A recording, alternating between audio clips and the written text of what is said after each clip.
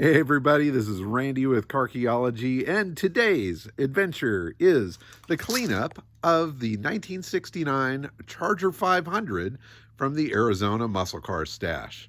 So let's polish this turd and see what we get. Now, obviously, we're dealing with some patina, as they say. And yeah, you could restore and repaint the car and certainly do that, but that's not my thing. I'm not going to restore this car. I'm just preparing it for sale. And so I want to make it look the best that I can with the least amount of input of time and money. Now, obviously, I'm not going to be able to polish that to a point where it looks like new. In the areas where the paint is flaking and coming off, well, that's just not going to go away. And definitely the area around the rear window, which was something that was added after production by an outside firm for Dodge on these Charger 500s, it's aged completely different than it has down on the rest of the car. Now, I've done a couple little test spots here so that you can see that there's a little life to that paint. And I'm going to start at the front and start working my way back and see what we get. Now, this car spent obviously some time outside, but most of its time at the estate was spent in the garage of the family house. So that has preserved it much better than the other cars. And as you can see, I've started to work the front of this car to get a little bit of shine. Now, obviously, again, there's spots where the paint has bubbled up and is going away, but I'm not trying to make this car look perfect. I'm just trying to make it look better. And already with the first pass on that front clip, a significant difference. Now, the first step after your initial bath, of course, is to get some of this muck off of the surface. You can feel how rough it is. And really the only way to do that is with, some sort of abrasive. You've got to be able to get that stuff off of there. A clay bar will only do so much. But it can be very effective. But if it's really caked on there like it is here, you've got to get something with a little bit of grit to it. So what I've been using, and I know people are going to say, oh, you idiot, what are you doing? I'm actually using 4/0 steel wool, heavily drenched with a cleaner wax or a polish. And I'm not rubbing too hard. I'm just kind of spreading this stuff on there with a nice light flow, and you can feel it cleaning up. And anywhere where you've got some sort of little drip or whatever, you can kind of get that off of there. But I'm not pushing too hard. And the one thing that's really nice about using this sort of thing is you can also use it on the glass, on the stainless, on the chrome, and that sort of thing. It's important to use the finest steel wool you can find and make sure that it's really wet with polish and stuff. That way you're not doing any crazy scratches. Now, as far as the paint surface, I'm going to go back over this with the buffer, of course, and try to bring that out. So any little micro issues or scratches that I'm putting in by doing it this way, I'll be able to get those out. Now, it's always fun to rub off that polish and see what you get. And it's definitely feeling smoother and looking a bit more green. Going to be fun to clean this baby up. Oh yeah. So now I've hit this panel here with a good pass with the buffer, and we'll wipe it off and we'll see how that finish is looking.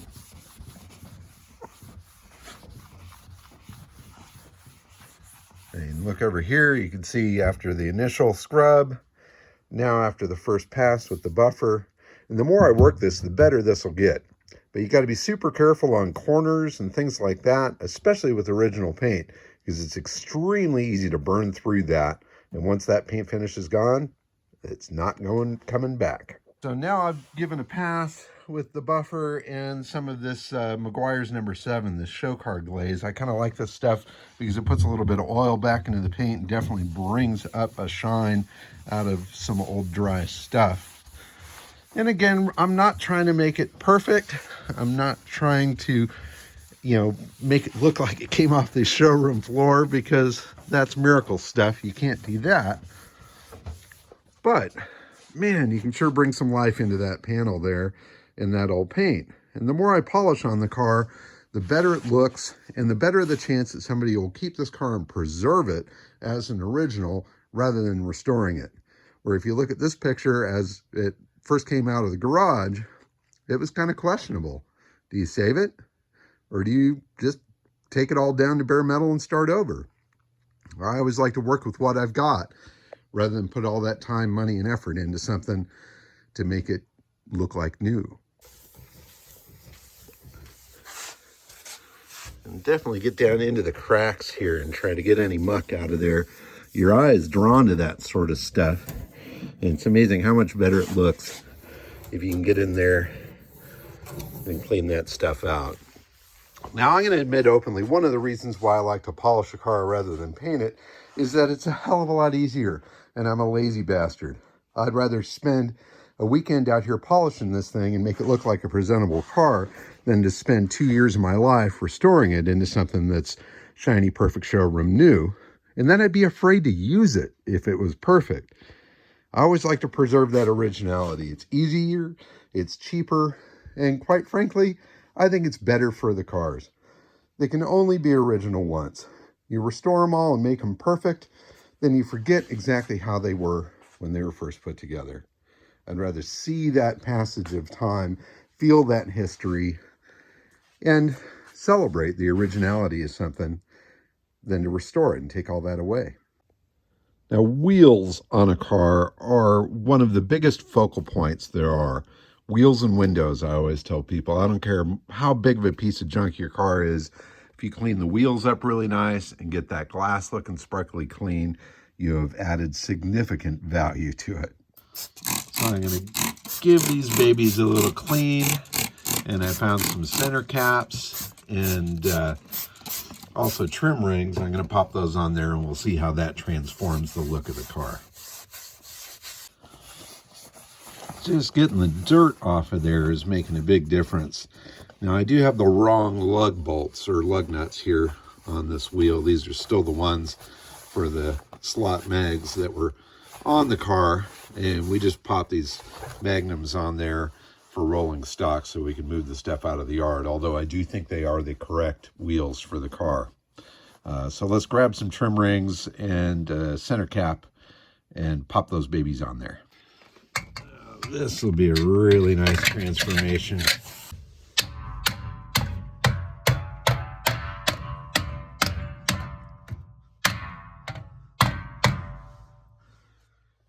Tight fit. Wow, that helps so much. I thought I was just going to pop one of these center caps off this other wheel and pop it on over there, but that's going to require a little more effort because they're actually bolted to the wheel here. So I'll have to figure that out. There's some obvious areas here where we've got paint that is missing. You could touch that up, I suppose, if you wanted to. You could do an awful lot of stuff to try to improve the finish. There's some areas where there's some staining going on here.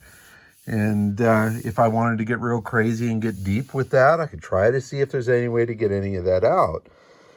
Some careful color sanding can get down through a couple layers of the finish and get you to something that's a little more even without this sort of crazy color change effect. But I don't think I'm going to go that far. I just want to give this car a nice little polish, make it look respectable, and I think I'm achieving that without going too deep. The next owner can go as far as they want. If they want to repaint the thing, restore it, whatever, which I think would be a shame, it's their prerogative. If they want to continue with the preservation, do a couple of things to improve the look, little touch up here, couple part replacement, that's cool too. But for me, I just want to give it some love, and that's what I'm doing. And of course, the favorite part is rubbing it off of there. My God, that is satisfying. It's like restoration just by rubbing it. You don't get that same feeling when it comes to doing a restoration on a car because it's dragged out over months or years. But when you've got some old bucket like this that just needs some loving, wow. Look at the top up here where I haven't done anything. Compare that to the hood, to the sides. Yeah, baby. Woohoo! Wiping off the glaze coat here. Hey, look at that. There's a reflection. Oh, awesome. I love this part. I really do.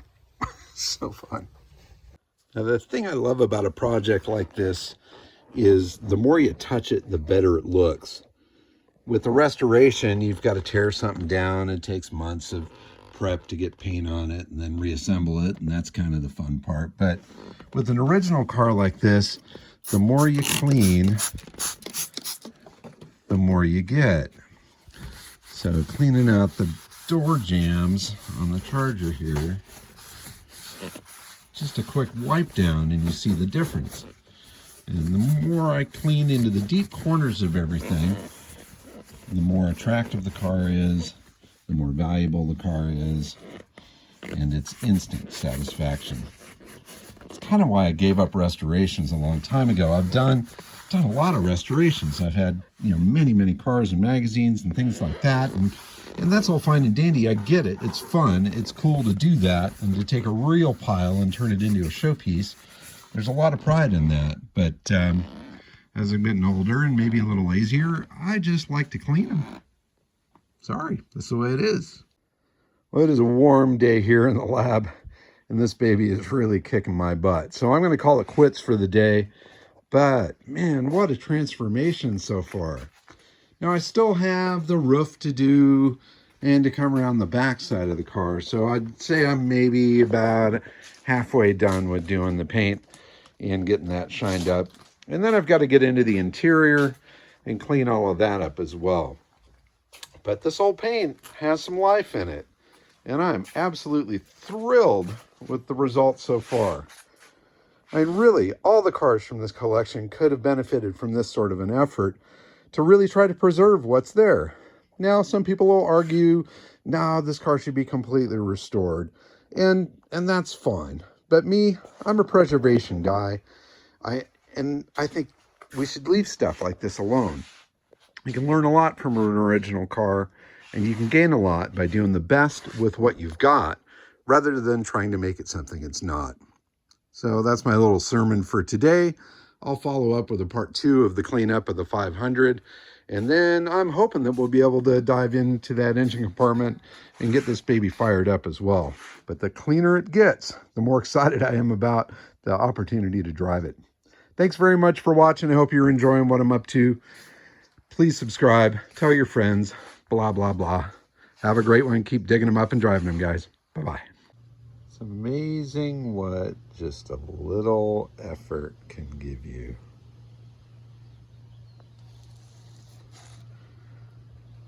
This is why I like preservation instead of restoration. Happens right away.